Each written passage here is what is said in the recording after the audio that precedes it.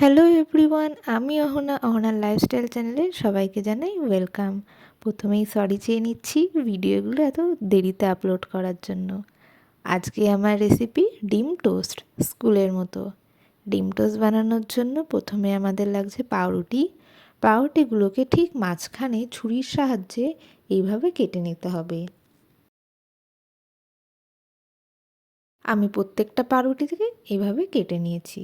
তারপর লাগছে আমাদের কুচনো পেঁয়াজ, তার মধ্যে দিচ্ছি নুন, দিয়ে হাতে করে খুব ভালো করে মিশিয়ে নেব। তারপর এখানে আমি 3টে ডিমের ব্যবহার করেছি, তোমরা চাইলে আরও করতে পারো। তারপর ডিমগুলোকে খুব ভালো করে মিশিয়ে নেব।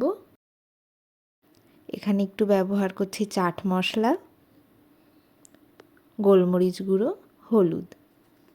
তারপর ফ্রাইং প্যানের ওপরে সাদা তেল দিয়ে দেব।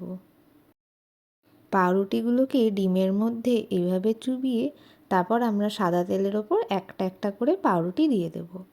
এটা ততক্ষণ পর্যন্ত ভাজতে হবে যতক্ষণ একটা ব্রাউন কালার না চলে আসে।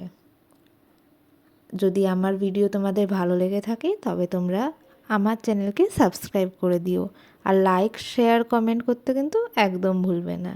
এই যে তৈরি হয়ে গেল আমাদের ডিম টোস্ট।